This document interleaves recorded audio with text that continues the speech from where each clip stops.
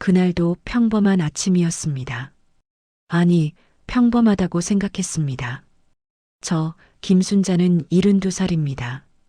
평생을 남편 김철수와 함께 살아왔고, 우리에게는 자랑스러운 아들 민준이가 하나 있습니다. 화려하지는 않았지만 서로를 믿고 의지하며 살아온 삶이었습니다. 남편은 중소기업에서 30년을 성실하게 일했고, 저는 집안일을 하며 아들을 키웠습니다. 그렇게 평범하지만 행복한 가정이라고 믿었습니다. 그날 아침, 남편은 평소처럼 출근 준비를 했습니다. 여보, 아침 드세요. 김치찌개 끓였어요. 아, 좀 이따 먹을게. 회사에서 아침 회의가 있어서 서둘러야 해. 남편은 서둘러 넥타이를 매며 현관으로 향했습니다. 뭔가 이상했습니다. 평소보다 얼굴이 창백해 보였고 이마에는 식은땀이 맺혀 있었습니다. 여보, 괜찮아요? 얼굴이 안 좋아 보이는데. 괜찮아, 괜찮아. 어젯밤에 잠을 좀 설쳤나 봐. 일찍 들어올게. 남편은 억지로 미소를 지으며 현관문을 나섰습니다. 그게 남편과 나눈 마지막 대화였습니다. 오전 11시쯤이었을까요? 집 전화벨이 급하게 울렸습니다. 낯선 번호였습니다. 여보세요? 혹시 김철수 씨 보호자시죠? 저는 서울대학교병원 응급실입니다. 지금 즉시 오셔야 할 것 같습니다. 그 순간 세상이 무너지는 것 같았습니다. 손이 떨려서 전화기를 제대로 잡을 수도 없었습니다. 무슨 일이에요? 우리 남편이 어떻게 됐어요? 급성 심근경색으로 쓰러지셨습니다. 지금 응급처치 중이니 빨리 오십시오. 정신없이 택시를 잡아 타고 병원으로 달려갔습니다. 온몸이 떨렸습니다. 아니야, 괜찮을 거야. 우리 남편은 건강한 사람이야. 술도 안 마시고 담배도 안 피우잖아. 그렇게 스스로를 다독이며 병원에 도착했습니다. 하지만 응급실 앞에서 마주한 것은 차가운 현실이었습니다. 보호자분이세요? 죄송합니다. 최선을 다했지만 환자분께서 오시는 길에 돌아가셨습니다. 의사 선생님의 말이 귀에 들어오지 않았습니다. 아니, 들어와도 이해가 되지 않았습니다. 돌아가셨다고요? 방금 전까지 멀쩡히 출근하던 사람이요? 오늘 저녁에 일찍 들어온다던 사람이요? 어머니, 뒤에서 익숙한 목소리가 들렸습니다. 아들 민준이었습니다. 민준이는 헐레벌떡 뛰어오더니 저를 꽉 껴안았습니다. 어머니, 정신 차리세요. 제가 있잖아요. 제가 있으니까 걱정 마세요. 민준이의 품에 안겨 한참을 울었습니다. 얼마나 울었을까요? 눈물이 다 말라버릴 때까지 울었습니다. 30년을 함께한 동반자를 잃었다는 현실이, 이제 홀로 남겨졌다는 사실이 너무나 무겁게 다가왔습니다. 민준이는 그날부터 모든 것을 도맡아 했습니다. 장례식장 예약, 부고 발송, 조문객 응대까지. 저는 그저 멍하니 남편의 영정사진만 바라보고 있을 뿐이었습니다. 어머니, 아무 걱정 마세요. 제가 다 알아서 할게요. 어머니는 아버지 곁에만 계세요. 민준이는 정말 든든했습니다. 친척들도 모두 칭찬했습니다.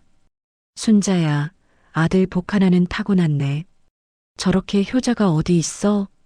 요새 저런 아들 보기 힘든데. 회사 부장까지 하면서도 부모님 챙기기 쉽지 않을 텐데.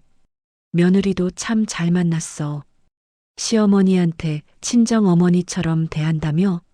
며느리 지영이도 옆에서 저를 부축하며 위로했습니다. 어머니, 많이 힘드시죠? 이럴 때일수록 건강 챙기셔야 해요. 제가 옆에 있을게요.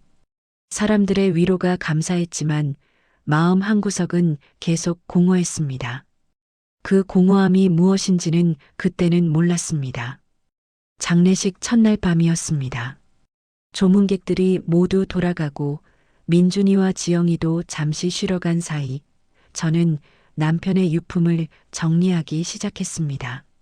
남편의 지갑, 시계, 그리고 휴대폰. 휴대폰 화면을 켰을 때 수십 개의 부재중 전화와 문자 메시지가 떠올랐습니다. 모두 같은 번호였습니다. 저장되지 않은 번호. 문자를 열어봤습니다. 여보, 전화 좀 받아요. 왜 연락이 안 되는 거예요? 걱정돼요. 무슨 일 있는 거예요? 꼭 연락 주세요. 중요한 얘기가 있어요. 도대체 왜 이러는 거예요?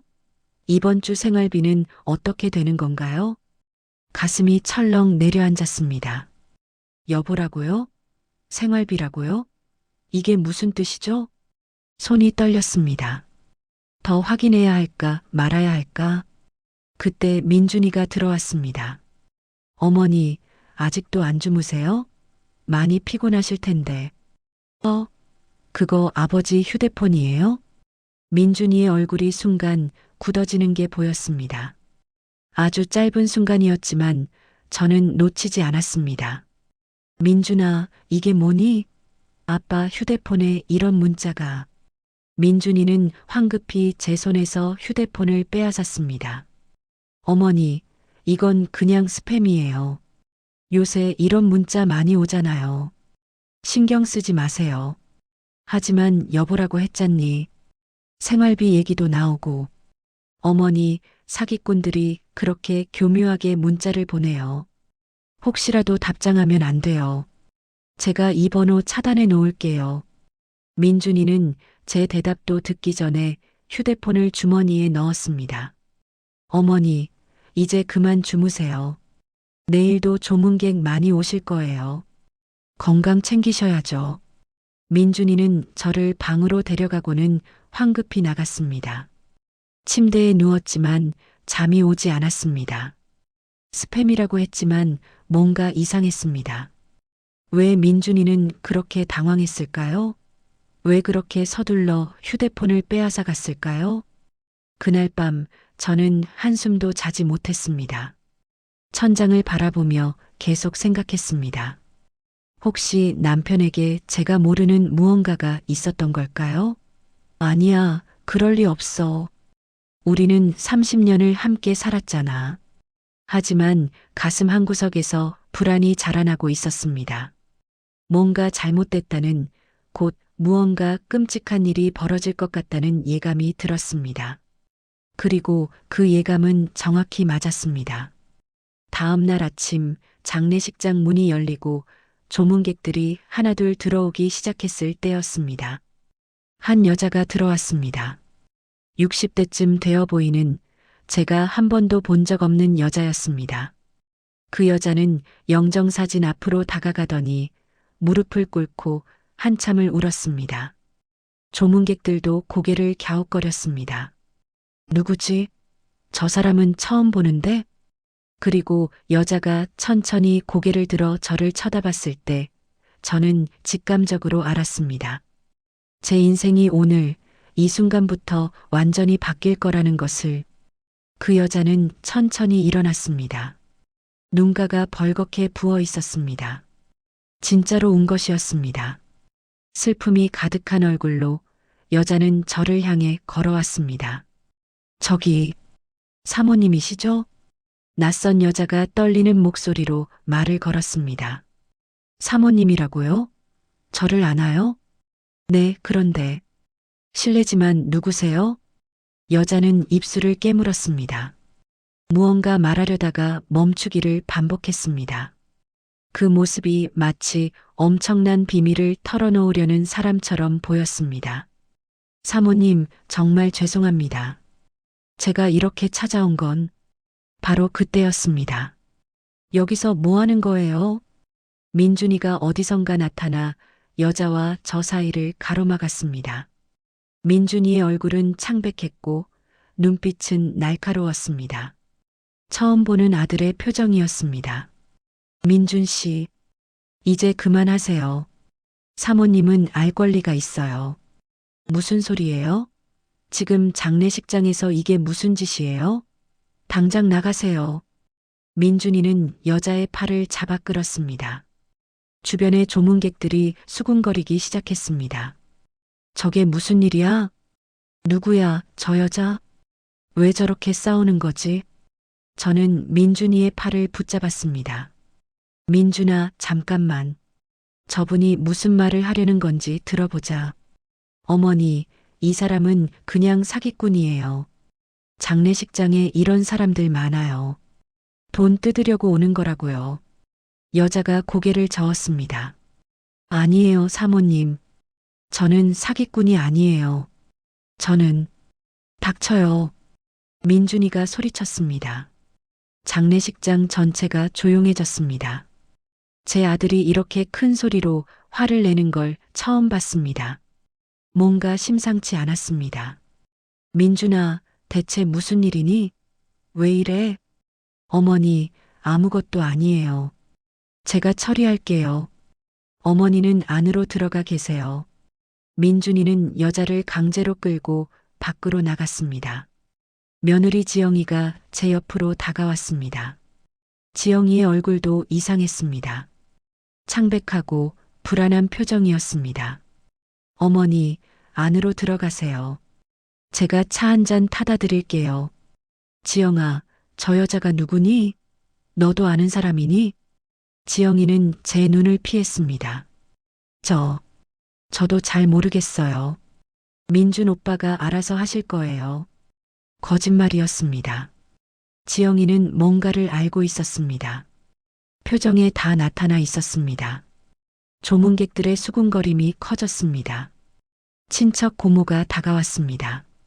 순자야, 저 여자 누구야? 너희 집안에 무슨 문제라도 있는 거 아니야? 아니에요, 고모. 저도 잘 모르겠어요. 저것 봐. 민준이가 저 여자를 끌고 나가는데 완전히 아는 사람처럼 보이던데? 혹시? 고모는 말을 흐렸지만 그 혹시가 무엇을 의미하는지 알 것 같았습니다. 가슴이 답답했습니다. 1시간쯤 지났을까요? 민준이가 돌아왔습니다. 얼굴에 땀이 맺혀 있었고 숨이 거칠었습니다. 어머니, 괜찮으세요?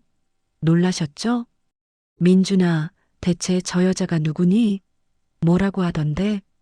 아무것도 아니에요. 그냥 아버지 회사 사람이었대요. 조문하러 왔다가 감정이 북받쳐서 그랬나 봐요. 또 거짓말이었습니다. 회사 사람이라면 왜 저렇게 민준이가 당황했을까요? 왜 사모님은 알 권리가 있다고 했을까요? 정말이니? 네, 어머니. 정말이에요. 이제 신경 쓰지 마세요. 민준이는 제 어깨를 토닥이고는 다른 조문객들을 맞이하러 갔습니다. 하지만 저는 믿을 수가 없었습니다. 그날 밤 저는 잠들 수 없었습니다. 남편의 휴대폰에 있던 그 문자들, 그 여자의 눈물, 민준이의 당황한 표정, 지영이의 불안한 얼굴, 모든 것이 퍼즐 조각처럼 제 머릿속에서 맴돌았습니다. 새벽 5시쯤이었을까요? 저는 조용히 일어나 장례식장 밖으로 나왔습니다. 신선한 공기라도 쉬어야 할 것 같았습니다. 그런데 주차장 한쪽에 누군가 서 있었습니다. 어둠 속에서도 알아볼 수 있었습니다. 어제 그 여자였습니다. 여자는 차에 기대어 담배를 피우고 있었습니다. 저를 발견하자 깜짝 놀라며 담배를 끄려고 했습니다. 아, 사모님. 기다리고 계셨던 거예요? 여자는 고개를 끄덕였습니다. 네. 사모님께 꼭 말씀드려야 할 게 있어서요. 어제는 민준 씨가 그래서 못했지만 무슨 얘기인데요? 여자는 깊게 한숨을 쉬었습니다. 그리고 천천히 입을 열었습니다. 사모님 앉으시겠어요? 이 얘기는 서서 들으시기엔 너무 충격적일 거예요. 가슴이 쿵쾅거렸습니다. 하지만 알아야 했습니다. 무슨 일이 있었던 건지, 왜 모두가 저를 속이고 있는 건지. 괜찮아요. 말해보세요. 여자는 제 눈을 똑바로 바라봤습니다. 눈가에는 다시 눈물이 고여 있었습니다. 사모님, 죄송합니다. 정말 죄송합니다. 저는 김철수 씨와 20년을 함께 살았어요. 세상이 멈춘 것 같았습니다. 20년이라고요? 함께 살았다고요? 무슨 소리예요? 철수 씨는 15년 전부터 저와 함께 살았어요. 주중에는 사업 때문에 지방에 있다고 하셨죠? 그게 거짓말이었어요. 저와 함께 작은 식당을 운영하면서 살았어요. 머리가 핑 돌았습니다. 아니, 이게 무슨 소리예요? 남편이 다른 여자와 살았다고요? 거짓말이에요. 거짓말이죠? 우리 남편은 그럴 사람이 아니에요. 사모님, 저도 처음에는 몰랐어요. 철수 씨가 이미 결혼한 사람인 줄 몰랐어요. 3년 전에야 알았어요. 민준 씨를 우연히 만나게 되면서 민준이도 알고 있었다는 거예요? 여자는 고개를 숙였습니다. 네. 민준 씨는 10년 전부터 알고 있었어요. 아버지한테 매달 돈을 받으면서 비밀을 지켜왔어요. 무릎에 힘이 풀렸습니다. 주저앉으려는 저를 여자가 붙잡았습니다. 사모님, 괜찮으세요? 아니, 괜찮지 않아요. 이게 대체 무슨 소리예요? 20년이라고요? 민준이도 알고 있었다고요? 눈물이 쏟아졌습니다. 남편의 배신도 충격이었지만 아들마저 저를 속였다는 사실이 더 큰 충격이었습니다. 제 아들이 효자라고 칭찬받던 제 아들이 10년 동안 저를 속여왔다고요? 증거가 있어요? 있어요. 통장 내역, 문자 메시지, 사진들. 다 있어요. 사모님께 보여드릴게요. 여자는 가방에서 서류 봉투를 꺼냈습니다. 떨리는 손으로 봉투를 열었습니다. 안에는 남편과 그 여자가 함께 찍은 사진들이 가득했습니다. 여행지에서, 식당에서, 집에서 마치 진짜 부부처럼 행복하게 웃고 있는 사진들이었습니다. 이건 언제 찍은 거예요? 작년 가을이에요. 제주도 여행 갔을 때요. 철수 씨가 사모님께는 회사 워크샵이라고 하셨다고 하더라고요. 맞았습니다. 작년 가을 남편은 3박 4일 동안 회사 워크샵에 간다고 했습니다. 매일 전화해서 회의가 힘들다, 일찍 자야겠다고 했었습니다. 그게 다 거짓말이었다는 건가요? 그리고 이건 통장 내역이에요. 여자가 건넨 통장을 봤습니다. 남편 이름으로 된 통장이었는데 제가 아는 통장이 아니었습니다. 매달 200만 원씩 입금되고 생활비로 빠져나가는 내역이 가득했습니다. 이 돈은 철수 씨 월급이에요. 사모님께 드리는 생활비 말고 저희 생활비로 쓰는 거였어요. 정신이 아찔했습니다. 그럼 저한테 주던 생활비는 뭐였죠? 남편은 월급이 그렇게 많지 않다고 했는데 어떻게 두 집안 생활비를 댔을까요? 사모님, 더 말씀드려야 할 게 있어요. 더요? 더 있어요? 민준 씨 얘기예요. 민준 씨는 10년 전에 우연히 아버지와 저를 봤대요. 그때부터 아버지를 협박했어요. 협박이라니요? 어머니한테 말하지 않는 대가로 매달 돈을 받았어요. 그것뿐만이 아니에요. 사모님 명의로 되어 있던 예금 5천만 원 기억하세요? 네. 제가 평생 모은 돈이에요. 그런데 작년에 민준이가 사업자금이 필요하다고 해서 그 돈 사업자금 아니에요. 민준 씨가 아버지한테 주라고 했어요. 저희 식당 확장하는 데 쓰였어요. 온몸에 힘이 빠졌습니다. 제가 평생 아껴 모은 돈을, 아들에게 믿고 맡긴 돈을 남편의 다른 가정을 위해 썼다고요? 며느리는요? 지영이도 알고 있었나요? 여자는 고개를 끄덕였습니다. 네. 지영 씨도 3년 전부터 알고 있었어요.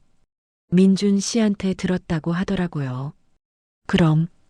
그럼 우리 집에서 저만 몰랐다는 거네요.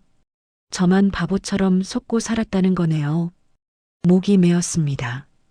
30해를 함께 산 남편, 제 배 아파 낳은 아들, 친딸처럼 여긴 며느리. 모두가 저를 속였습니다. 모두가 한편이 되어 저를 바보로 만들었습니다. 사모님, 정말 죄송해요. 저도 나중에야 알았어요. 만약 진작 알았다면 이러지 않았을 거예요. 왜? 왜 이제 와서 말하는 거예요? 철수 씨가 돌아가시고 나서 민준 씨가 저한테 연락했어요. 장례식에 오지 말래요. 사모님이 알면 안 된대요. 그래서 화가 났어요. 저도 20년을 함께 산 사람인데 장례식에도 못 온다는 게 말이 돼요? 여자도 울고 있었습니다. 우리는 다른 이유로 울었지만 같은 남자에게 배신당한 두 여자였습니다. 그리고 더 중요한 게 있어요, 사모님. 더요? 재산 문제예요. 철수 씨가 남긴 재산 있으시죠? 집 한 채하고 보험금이 좀 있을 거예요. 여자가 고개를 저었습니다.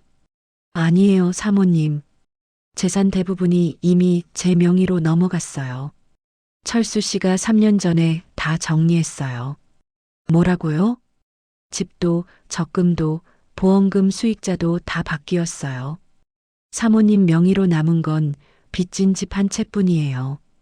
그것도 민준 씨가 아버지 사업 빚이라며 처분하려고 하더라고요. 세상이 무너지는 소리가 들렸습니다. 남편도 아들도 재산도 모든 게 거짓이었습니다. 사모님, 이제 어떻게 하실 거예요? 저는 눈물을 닦았습니다. 더 이상 울고 싶지 않았습니다. 슬픔보다 분노가 치밀어 올랐습니다. 장례식장으로 가야죠. 내 아들을 만나야겠어요. 동쪽 하늘이 밝아오고 있었습니다. 긴 밤이 끝나고 새로운 날이 밝았습니다. 저의 새로운 인생도 지금부터 시작될 것입니다. 장례식장으로 들어갔을 때 민준이는 조문객들과 이야기를 나누고 있었습니다. 평소와 똑같은 모습이었습니다. 정중하게 인사하고 공손하게 예를 갖추는 모습, 효자의 탈을 쓴 위선자였습니다. 민준아, 제 목소리는 예상외로 차갑게 나왔습니다. 민준이가 돌아봤습니다. 어머니, 벌써 일어나셨어요? 좀 더 주무시지. 나 좀 보자. 밖에서, 어머니, 지금 당장. 제 목소리에 뭔가 다른 게 있었던 모양입니다. 민준이의 얼굴이 굳어졌습니다. 지영이도 불안한 표정으로 우리를 바라봤습니다. 장례식장 밖 작은 정원으로 나왔습니다. 아침 햇살이 차가웠습니다. 민준이가 먼저 입을 열었습니다. 어머니, 무슨 일이세요? 얼굴이 안 좋으신데. 민준아, 나한테 할 말 없니? 할 말이요? 무슨? 어제 그 여자 다시 만났다. 민준이의 얼굴이 하얗게 질렸습니다. 어머니, 그 사람 말 믿으시면 안 돼요. 그 사람은 20년이라고 하더구나. 내 아버지가 그 여자와 20년을 함께 살았다고. 어머니, 너도 알고 있었다며. 10년 전부터. 민준이는 입술을 깨물었습니다. 더 이상 부정할 수 없다는 걸 알았던 모양입니다. 어머니, 제 입장도 생각해 보세요. 저도 힘들었어요. 내 입장? 내가 힘들었다고? 목소리가 떨렸습니다. 분노가 목까지 차올랐습니다. 어머니, 제가 그때 얘기했으면 어땠겠어요? 어머니 충격받으시는 거 보고 싶지 않았어요. 그래서 10년 동안 거짓말한 거니? 매달 내 아버지한테 돈 받아 먹으면서. 민준이가 당황한 표정으로 뒤를 돌아봤습니다. 조문객들이 조금씩 이쪽을 보고 있었습니다. 어머니, 목소리 좀 낮추세요. 사람들이 다 들어요. 들으면 어때? 내가 한 짓을 다들 알아야 하는 거 아니니? 어머니, 내가 평생 모은 돈 5천만 원, 그것도 내 아버지 다른 가정 만드는 데 썼다며? 민준이는 아무 말도 하지 못했습니다. 그냥 고개를 숙이고 서 있을 뿐이었습니다. 말해봐. 사업 자금이 필요하다고 했잖아. 엄마 돈 빌려달라고 무릎까지 꿇었잖아. 그게 다 거짓말이었어? 죄송해요. 죄송하다고? 그 한마디면 다야. 조문객들이 하나둘 밖으로 나오기 시작했습니다. 친척들도 친구들도 모두 무슨 일인가 싶어 모여들었습니다. 바로 그때 어제 그 여자가 나타났습니다. 여자는 가방에서 서류 봉투를 꺼냈습니다. 사모님, 이거 보여주세요. 증거들이에요. 민준이가 황급히 가로막았습니다. 당신은 왜 여기 있어요? 가라고 했잖아요. 민준 씨, 이제 그만하세요. 사모님은 진실을 알 권리가 있어요. 닥쳐요. 당신이 뭔데 우리 집안일에. 우리 집안일? 제가 끼어들었습니다. 민준아, 이게 우리 집안일이니? 내 아버지가 다른 여자와 20년을 살았는데 너희 가족끼리 나만 빼놓고 다 알고 있었는데 어머니 제발. 지영이도 알고 있었지? 그렇지? 며느리 지영이가 조문객들 사이에서 나타났습니다. 얼굴이 창백했습니다. 어머니, 저는 솔직하게 말해봐. 너도 알고 있었지? 지영이는 한참을 망설이다가 고개를 끄덕였습니다. 죄송해요, 어머니. 저도 알고 있었어요. 주변이 술렁거렸습니다. 친척 고모가 큰 소리로 물었습니다. 순자야, 대체 무슨 일이야? 철수가 다른 여자랑 살았다고? 고모, 20년이래요. 주중에 사업한다고 나간 게 다 거짓말이었대요. 다른 여자와 살림을 차리고 살았대요. 뭐라고? 20년을? 사람들의 웅성거림이 커졌습니다. 민준이는 어쩔 줄 몰라 했습니다. 어머니, 여기서 이러지 마세요. 안으로 들어가서 얘기해요. 왜? 부끄러워? 내가 한 짓이 부끄러운 거야? 어머니, 제발이요. 이 사람들한테 다 얘기해야겠다. 우리 아들이 얼마나 훌륭한 효자인지 다들 알아야 하니까. 저는 조문객들을 향해 돌아섰습니다. 여러분, 들어보세요. 우리 민준이가 10년 동안 이 사실을 알고도 저한테 숨겼대요. 그것도 매달 아버지한테 돈 받아 먹으면서요. 제가 평생 모은 돈도 빼먹었대요. 다 아버지 다른 가정 유지하는 데 쓰였대요. 어머니, 민준이가 제 팔을 잡았습니다. 하지만 저는 뿌리쳤습니다. 손 치워. 이제 나한테 손대지 마. 그 여자가 서류를 펼쳤습니다. 남편과 함께 찍은 사진들, 통장 내역, 부동산 서류들이 쏟아져 나왔습니다. 여러분 보세요. 이게 증거예요. 김철수 씨는 20년 동안 저와 함께 살았어요. 그리고 재산 대부분을 제 명의로 바꿔놨어요. 뭐야, 그럼 순자 씨는 아무것도 못 받는 거야? 사모님 명의로 남은 건 빚진 집 한 채뿐이래요. 그것도 민준 씨가 팔려고 했대요. 세상에, 그게 무슨... 친척들이 민준이를 향해 비난의 눈초리를 보냈습니다. 민준이는 고개를 들지 못했습니다. 삼촌이 다가왔습니다. 민준아, 이게 사실이야? 삼촌, 내 애미가 평생 고생해서 모은 돈을 그렇게 쓴 거야?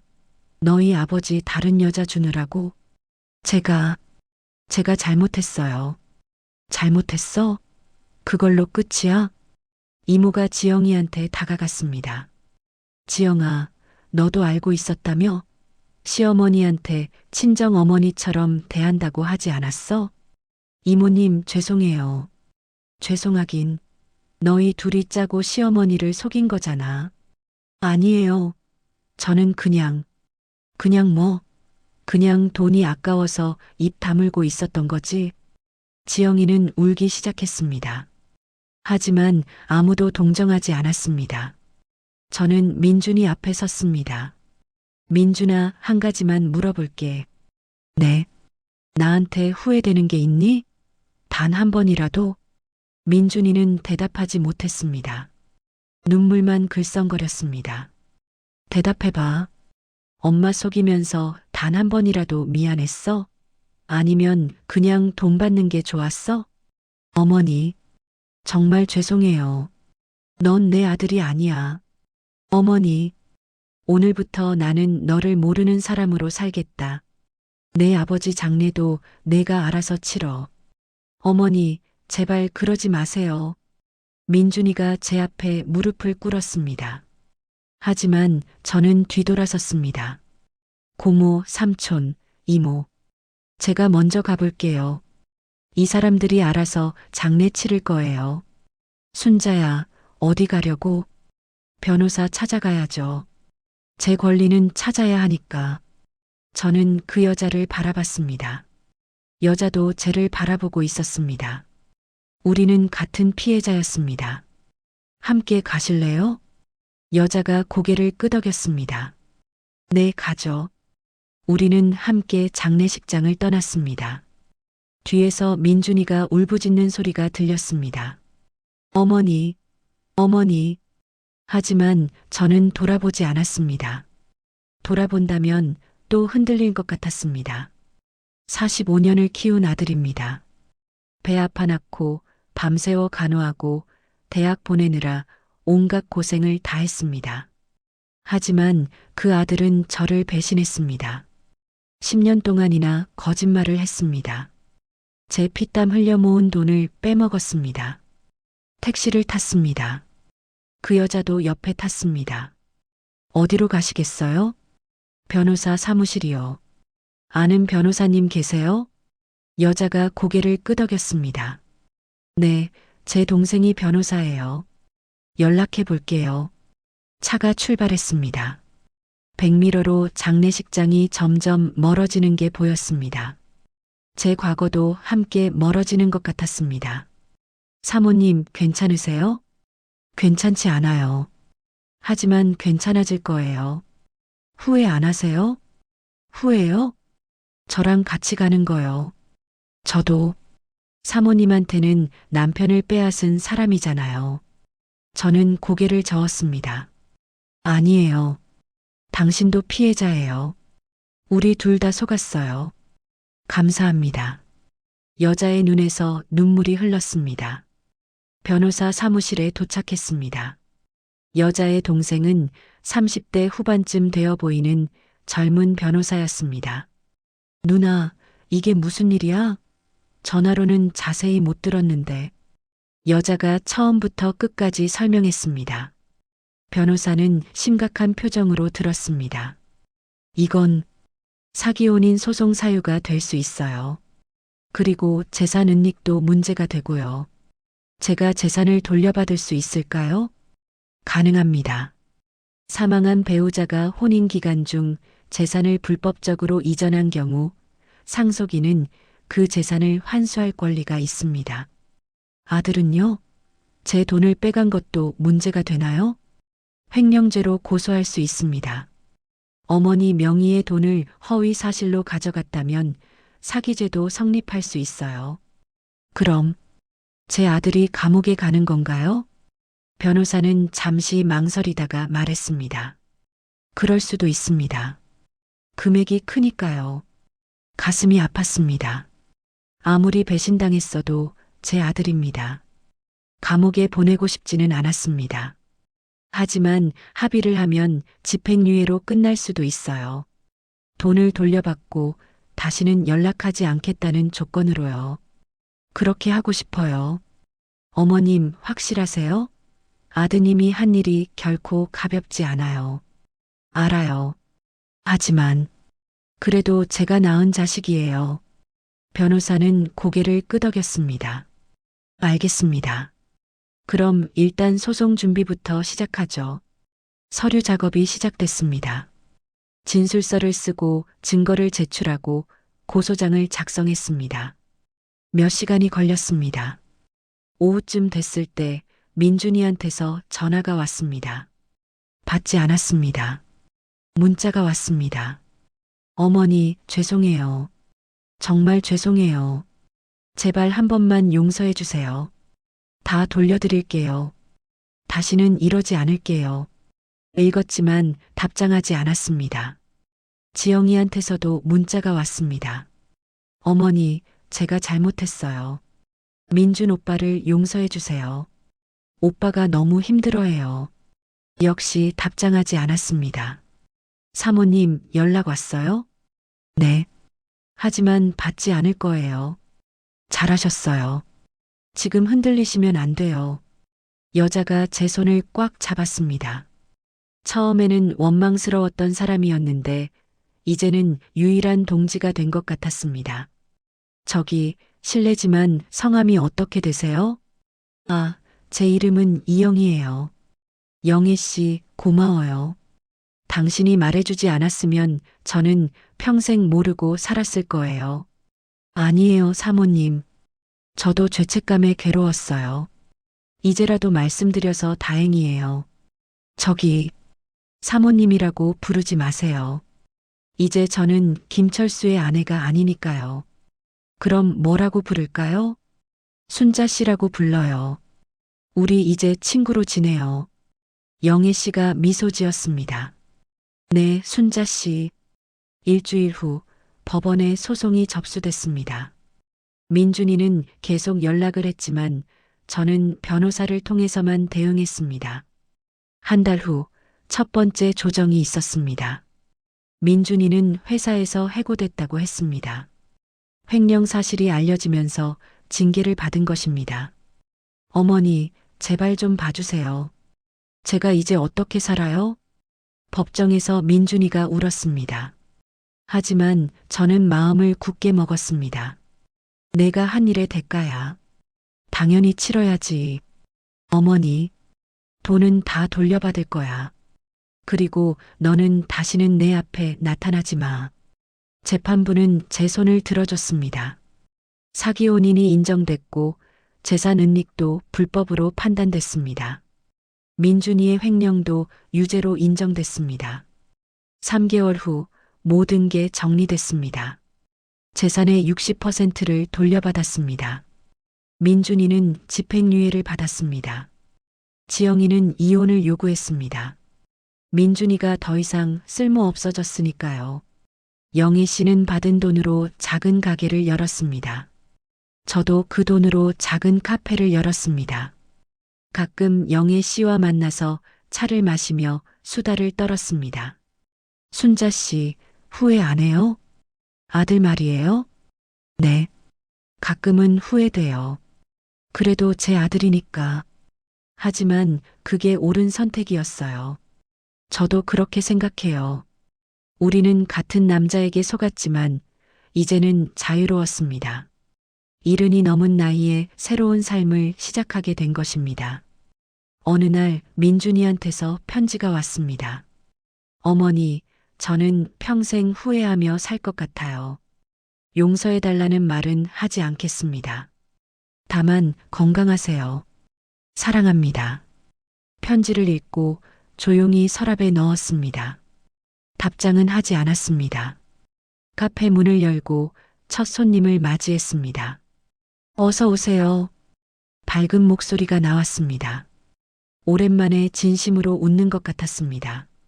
72살 새로운 인생이 시작됐습니다. 늦었지만 이제는 저를 위해 살 것입니다. 진짜 가족은 피가 아니라 진심으로 만들어지는 것이니까요. 변호사 사무실을 나선 다음 날 저는 처음으로 혼자만의 시간을 가졌습니다. 영희 씨는 자신의 일을 정리해야 한다며 먼저 돌아갔고 저는 한강공원 벤치에 앉아 있었습니다. 72년을 살았습니다. 그중 30해를 김철수와 함께 살았습니다. 아니, 함께 살았다고 믿었습니다. 왜 나만 몰랐을까? 중얼거리는 제 목소리가 바람에 흩어졌습니다. 남편도 아들도 며느리도 모두 알고 있었는데 저만 모르고 살았습니다.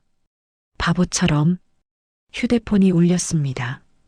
민준이었습니다. 20번째 전화였습니다. 받지 않았습니다. 곧 문자가 왔습니다. 어머니, 제발 한 번만 만나주세요. 무릎 꿇고 빌게요. 제발이요. 손가락이 떨렸습니다. 답장을 하려다가 멈췄습니다. 안 돼. 지금 흔들리면 안 돼. 그때 낯선 번호로 전화가 왔습니다. 여보세요? 순자 씨?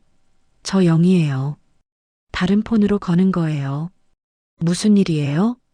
민준 씨가 우리 식당으로 찾아왔어요. 뭐라고요? 지금 여기서 난리예요. 어떻게 하죠? 가지 마세요. 경찰 부르세요.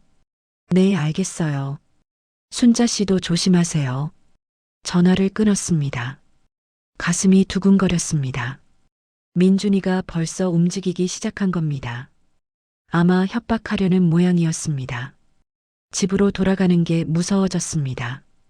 혹시 민준이가 집 앞에서 기다리고 있으면 어쩌죠? 하지만 어디로 가겠습니까? 그래도 제 집인데. 택시를 타고 집 앞에 도착했습니다. 다행히 민준이는 보이지 않았습니다. 조심스럽게 현관문을 열고 들어갔습니다. 집은 텅 비어 있었습니다. 남편이 없는 집은 이렇게 쓸쓸한 곳이었나 봅니다. 아니, 남편이 있을 때도 이미 쓸쓸했던 걸까요? 제가 몰랐을 뿐. 거실 소파에 앉았습니다. 벽에 걸린 가족 사진이 눈에 들어왔습니다. 민준이 대학 졸업할 때 찍은 사진이었습니다. 모두가 행복하게 웃고 있었습니다. 다 거짓이었네. 사진을 떼어냈습니다. 그리고 액자를 쓰레기통에 던졌습니다. 유리가 깨지는 소리가 컸습니다. 마음이 조금 후련해졌습니다. 다른 사진들도 떼어냈습니다. 결혼사진, 돌잔치 사진, 가족여행 사진, 모두 쓰레기통에 던졌습니다. 거짓말쟁이들. 눈물이 났습니다. 화가 나서 운 것인지 슬퍼서 운 것인지 모르겠습니다. 그냥 눈물이 났습니다. 한참을 울었습니다. 바닥에 주저앉아서 울고 또 울었습니다. 얼마나 지났을까요? 어둠이 내렸습니다. 휴대폰을 봤습니다. 오후 8시였습니다. 민준이한테서 30통의 부재중 전화가 와 있었습니다. 그리고 마지막 문자. 어머니, 제발 전화 받으세요. 아니면 제가 직접 찾아가겠습니다. 협박이었습니다. 제 아들이 저를 협박하고 있었습니다. 바로 그때 초인종이 울렸습니다. 심장이 멎는 줄 알았습니다. 민준이었습니다. 분명히. 어머니, 어머니 계시죠? 문 열어주세요. 민준이의 목소리였습니다. 문을 두드리는 소리가 점점 커졌습니다. 어머니, 제발 문 좀 열어주세요. 얘기 좀 해요. 무서웠습니다. 제 아들이 무서웠습니다. 이런 적이 처음이었습니다. 어머니, 이러지 마세요. 제발요. 쿵쾅거리는 소리가 계속됐습니다. 이웃집에서 불평하는 소리가 들렸습니다. 저기 시끄럽습니다. 죄송합니다. 잠깐만요. 민준이가 소리쳤습니다. 그리고 다시 문을 두드렸습니다. 저는 떨리는 손으로 휴대폰을 들었습니다. 112에 전화를 걸었습니다. 여보세요, 경찰서입니까? 제 아들이 집 앞에서 난동을 부리고 있어요. 주소가 어떻게 되세요? 주소를 알려줬습니다. 경찰이 곧 간다고 했습니다. 10분쯤 지났을까요? 경찰차가 도착했습니다. 문 두드리던 소리가 멈췄습니다. 무슨 일이십니까? 저는 이 집 아들인데요. 어머니가 문을 안 열어주셔서 어머니께서 경찰에 신고하셨습니다. 지금 가시는 게 좋겠습니다. 아니, 제 어머니인데 제가 왜 못 만나요? 주거침입죄로 고소하실 수도 있습니다. 가세요. 잠깐만요. 어머니. 민준이가 소리쳤지만 경찰이 데려갔습니다. 차 소리가 멀어졌습니다. 저는 그제야 현관문을 열었습니다. 아무도 없었습니다. 복도에 민준이가 놓고 간 것으로 보이는 편지 봉투가 있었습니다. 집으로 들어와 편지를 열었습니다. 어머니, 제가 잘못했습니다. 정말 잘못했습니다. 하지만 어머니, 저도 피해자입니다. 아버지가 저를 협박했어요. 어머니한테 말하면 이혼할 거라고, 가족이 다 망한다고 했어요. 저는 그게 무서워서 참았던 거예요. 돈도 아버지가 강제로 가져갔어요. 제가 원한 게 아니에요. 아버지가 사업 망하면 우리 가족 다 거리에 나앉는다고 했어요. 어머니, 저도 힘들었어요. 10년 동안 이 비밀을 안고 사는 게 얼마나 괴로웠는지 아세요? 제발 한 번만 봐주세요. 저는 이제 아무것도 없어요. 회사에서 잘렸고, 지영이는 이혼하자고 하고, 친구들도 다 떠났어요. 어머니만 믿습니다. 제발이요. 민준 올림. 편지를 읽고 나서 저는 웃음이 났습니다. 피해자라고요? 자기도 힘들었다고요? 10년 동안 매달 돈을 받아먹으면서 제 예금을 빼가면서 거짓말을 하면서 편지를 찢었습니다. 조각조각 찢어서 쓰레기통에 버렸습니다. 안 돼. 절대 안 돼. 다음 날 변호사한테서 연락이 왔습니다. 어머님, 민준 씨 측 변호사에게서 합의 제안이 왔습니다. 합의요? 네. 돈을 다 돌려드리고 대신 고소를 취하해 달래요. 횡령죄로 기소되면 경력에 큰 타격이라고 하네요. 경력이요? 벌써 회사에서 잘렸다던데요. 그래도 앞으로를 생각해서 전과자가 되고 싶지 않다고 합니다. 전과자, 말이 목에 걸렸습니다. 제 아들이 전과자가 되는 겁니다. 어머님, 어떻게 하시겠습니까? 한참을 생각했습니다. 정말 끝까지 가야 할까요? 그래도 제 아들인데. 변호사님, 네, 말씀하세요. 끝까지 갈 겁니다. 정말이세요? 네. 민준이가 한 일의 대가를 치러야 합니다. 그게 진짜 교육이에요. 알겠습니다. 그럼 재판 준비를 계속하겠습니다. 전화를 끊었습니다. 가슴이 아팠습니다. 하지만 이게 옳은 일이라고 믿었습니다. 일주일 후 첫 재판이 있었습니다. 법정에서 민준이를 다시 봤습니다. 야위어 있었습니다. 수염도 제대로 안 깎았습니다. 지영이는 옆에 없었습니다. 이미 이혼 소송을 제기했다고 들었습니다. 피고인 김민준, 일어나세요. 판사가 말했습니다. 민준이가 일어났습니다. 피고인은 2015년부터 2025년까지 10년간 부친의 혼외관계 사실을 알고도 모친에게 고지하지 않았으며 그 대가로 매월 금원을 수수한 사실이 맞습니까? 네. 또한 2024년 3월 모친 명의의 예금 5천만 원을 사업자금 명목으로 편취한 사실이 맞습니까? 그건 아버지가 강요해서 질문에만 답하세요. 사실입니까? 네. 판사는 서류를 넘겼습니다. 검사, 의견 진술하세요. 검사가 일어났습니다. 피고인의 행위는 단순한 가족 간 분쟁이 아닙니다. 노모를 대상으로 한 계획적인 사기 및 횡령 행위입니다. 피해 금액도 상당하며 10년간 지속적으로 이루어진 범행입니다. 엄중한 처벌이 필요합니다. 민준이는 고개를 숙이고 있었습니다. 변호인, 의견 진술하세요. 민준이 측 변호사가 일어났습니다. 피고인은 깊이 반성하고 있습니다. 부친의 강압에 의한 어쩔 수 없는 선택이었습니다.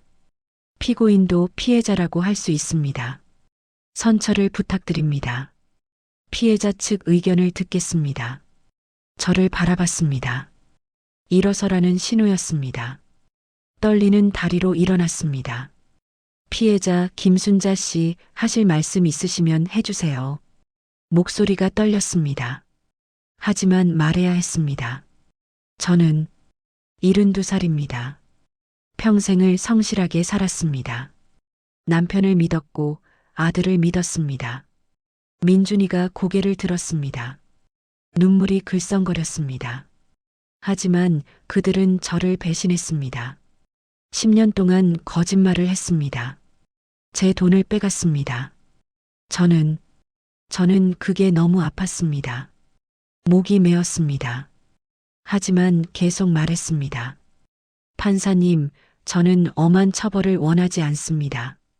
하지만 제 아들이 자신이 한 일의 무게를 알았으면 좋겠습니다. 그래야 진짜 뉘우칠 수 있으니까요. 알겠습니다. 자리에 앉으세요. 재판은 1시간 정도 진행됐습니다. 증인 신문도 있었고 증거 조사도 있었습니다. 영애 씨도 증인으로 나왔습니다. 그녀는 남편과의 관계, 민준이와의 대화 내용을 진술했습니다. 민준 씨는 제게 이렇게 말했습니다. 어머니는 모르는 게 약이에요. 알면 오히려 더 힘들어 하실 거예요. 그리고는 대신 저한테 매달 돈 좀 주세요. 입 다물고 있는 것도 힘든 일이거든요라고 했습니다. 방청객들이 웅성거렸습니다. 민준이는 얼굴을 가렸습니다. 재판이 끝났습니다. 판결은 2주 후에 나온다고 했습니다. 법정을 나서는데 민준이가 다가왔습니다. 어머니, 경호원이 막으려 했지만 저는 손을 들어 제지했습니다. 말해봐. 어머니, 정말 죄송해요. 진심이에요. 알아. 그럼 용서해 주시는 거예요? 아니. 민준이의 얼굴이 일그러졌습니다. 용서는 못해. 하지만 내가 진짜 뉘우치길 바라. 그게 엄마의 마지막 바람이야. 어머니, 잘 살아, 민준아. 앞으로는 정직하게 살고. 저는 돌아서서 걸었습니다.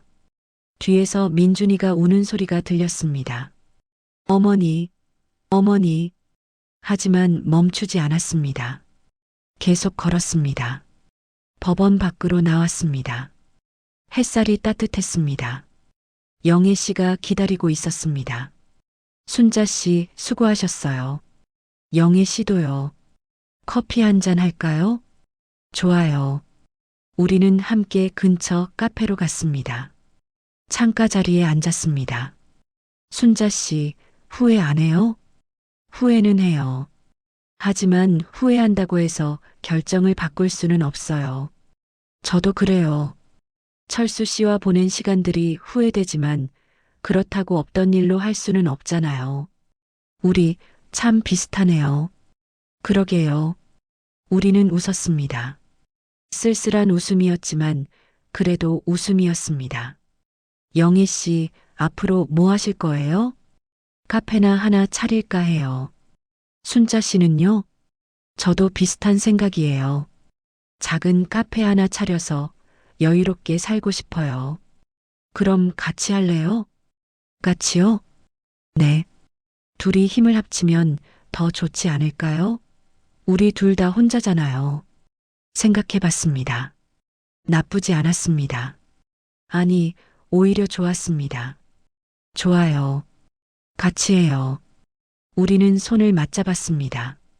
같은 남자에게 속았던 두 여자가 이제는 동업자가 되는 순간이었습니다. 2주 후 판결이 나왔습니다. 민준이는 징역 2년에 집행유예 3년을 선고받았습니다. 그리고 빼간 돈 전액을 배상하라는 명령도 받았습니다. 피고인은 10년간 모친을 기만하고 금원을 편취한 죄가 무겁습니다. 다만 초범이고 피해 회복 의지를 보이는 점을 참작하여 집행유예를 선고합니다. 다시는 이런 잘못을 범하지 마시기 바랍니다. 민준이는 고개를 숙였습니다. 재산 환수 소송도 승소했습니다. 영애 씨 명의로 되어 있던 재산의 60%를 돌려받았습니다. 약 2억 원 정도였습니다. 영애 씨도 40%는 자신이 가지기로 했습니다. 법원의 판결이었습니다.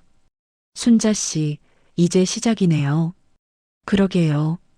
우리는 그 돈으로 홍대 근처에 작은 카페를 열었습니다. 이름은 다시 봄이었습니다. 우리의 새로운 봄을 의미했습니다. 1년이 흘렀습니다. 카페 다시 봄은 생각보다 장사가 잘 됐습니다. 홍대 근처라 젊은 사람들이 많이 찾았고 무엇보다 저희 둘의 이야기를 알게 된 손님들이 응원차 많이 와주셨습니다. 할머니, 여기 아메리카노 2잔이요. 네, 금방 나갑니다. 영애 씨가 밝은 목소리로 대답했습니다. 저는 주방에서 샌드위치를 만들고 있었습니다. 70이 넘은 나이에 카페를 한다는 게 쉽지는 않았습니다. 처음에는 커피 머신 다루는 것도 어려웠고 손님 주문을 받는 것도 버거웠습니다. 하지만 영애 씨와 함께라서 할 수 있었습니다. 우리는 서로를 의지하며 하루하루를 버텼습니다. 순자 씨, 오늘 매출 괜찮은데요? 정말요? 얼마나 나왔어요? 70만 원 넘었어요. 우와, 대박. 우리는 하이파이브를 했습니다. 72살과 65살의 하이파이브는 조금 어색했지만 그래도 기분이 좋았습니다. 가게 문을 닫고 정리를 시작했습니다. 설거지를 하고 바닥을 닦고 의자를 정리했습니다. 순자 씨, 오늘 저녁 뭐 먹을래요? 김치찌개 어때요? 제가 끓여드릴게요. 좋아요. 순자 씨 김치찌개 최고죠. 우리는 카페 2층에 작은 원룸을 하나씩 얻어서 살고 있었습니다. 같은 건물에 사니까 편했습니다. 2층으로 올라가는데 계단 옆에 놓인 우편함에 편지가 하나 있었습니다. 순자 씨 앞. 필체를 보는 순간 알았습니다. 민준이었습니다. 또 편지가 왔네요. 영애 씨가 말했습니다. 읽을 거예요? 모르겠어요. 지난 1년 동안 민준이는 매달 한 통씩 편지를 보냈습니다. 처음 몇 통은 읽지도 않고 버렸습니다. 하지만 최근에는 읽게 됐습니다. 방으로 들어가 편지를 열었습니다. 어머니, 요즘 추워졌습니다. 건강은 괜찮으신지요? 저는 요즘 택배 일을 하고 있습니다. 아침 일찍부터 밤늦게까지 일하지만 그래도 견딜만 합니다. 지영이와는 이혼했습니다. 아이들은 지영이가 키우고 있습니다. 한 달에 한 번씩 볼 수 있는데 아이들이 저를 많이 그리워하더군요. 어머니, 저는 매일 후회합니다. 왜 그랬을까? 왜 어머니께 솔직하지 못했을까? 돈이 무서웠던 것 같아요. 아버지가 주는 돈에 익숙해졌고 그 돈 없이는 살 수 없을 것 같았어요. 하지만 이제 알았습니다. 정직하게 사는 게 얼마나 중요한지. 어머니, 용서해달라는 말은 하지 않겠습니다. 다만 건강하시길 바랍니다. 그리고 카페가 잘 되고 있다는 소식 들었습니다. 정말 대단하십니다. 제가 어머니를 너무 무시했던 것 같아요. 어머니는 혼자서도 충분히 잘 사실 수 있는 분이셨는데. 사랑합니다, 어머니. 민준 올림. 편지를 읽으면서 눈물이 났습니다. 미운 아들이지만 그래도 제 아들입니다. 순자 씨, 울고 있어요? 영애 씨가 방문을 노크했습니다. 아니에요, 괜찮아요. 민준 씨 편지죠? 뭐라고 했어요? 택배 일한대요. 그리고 후회한대요. 그래도 용서 안 할 거죠? 모르겠어요. 영애 씨가 제 옆에 앉았습니다. 순자 씨, 제가 뭐라고 할 수는 없지만요. 순자 씨 마음이 편한 대로 하세요. 마음이 편한 대로요? 네. 용서하고 싶으면 하고 아니면 안 하고. 그게 순자 씨 선택이니까요. 영애 씨는 어떻게 생각해요? 영애 씨는 한참을 생각하더니 말했습니다. 저 같으면 한 번쯤은 만나볼 것 같아요. 그게 진짜 변했는지 아닌지 확인하고 싶거든요. 그래요? 네. 하지만 순자 씨는 다를 수 있어요. 순자 씨는 순자 씨대로 생각하세요. 그날 밤 잠을 이루지 못했습니다. 민준이 생각이 계속 났습니다. 택배 일을 한다고 했습니다. 대기업 부장이던 아들이 이제는 택배 일을 하고 있습니다. 아이들과 한 달에 한 번 만난다고 했습니다. 제 손주들입니다. 1년 동안 한 번도 보지 못했습니다. 어떻게 해야 하지? 다음 날 아침 결심했습니다. 영희 씨, 저 민준이 만나볼게요. 정말요? 네. 한 번만 만나보고 싶어요. 진짜 변했는지 확인하고 싶어요. 좋은 생각이에요. 제가 카페 볼게요. 다녀오세요. 민준이한테 문자를 보냈습니다. 민준아, 내일 시간 있니? 엄마가 커피 한 잔 사줄게. 얼마 지나지 않아 답장이 왔습니다. 어머니, 정말요? 언제 어디서 만날까요? 내일 오후 3시, 우리 카페로 와. 네, 꼭 갈게요. 다음 날 오후 3시, 민준이가 카페 문을 열고 들어왔습니다. 처음에는 몰라볼 뻔했습니다. 1년 전에 민준이가 아니었습니다. 머리는 짧게 깎았고 옷은 낡았습니다. 얼굴은 그을렸고 손은 거칠어져 있었습니다. 택배 일로 고생한 흔적이 역력했습니다. 어머니. 민준이의 목소리가 떨렸습니다. 눈에 눈물이 고였습니다. 앉아. 민준이가 조심스럽게 앉았습니다. 뭐 마실래? 아메리카노요. 저는 직접 커피를 내렸습니다. 영애 씨가 주방에서 샌드위치도 가져왔습니다. 드세요. 제가 만든 거예요. 감사합니다. 민준이는 샌드위치를 한 입 베어 물었습니다. 그리고 눈물을 흘렸습니다. 맛있어요. 진짜 맛있어요. 언제 먹었니? 제대로 된 식사요? 오래됐어요. 요즘 바빠서 편의점 도시락으로 때우고 있어요. 가슴이 아팠습니다. 제 아들이 제대로 먹지도 못하고 있었습니다. 많이 힘들지? 괜찮아요.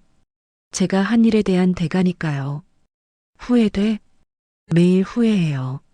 어머니, 제가 정말 잘못했어요. 민준이는 고개를 숙였습니다. 어깨가 떨렸습니다.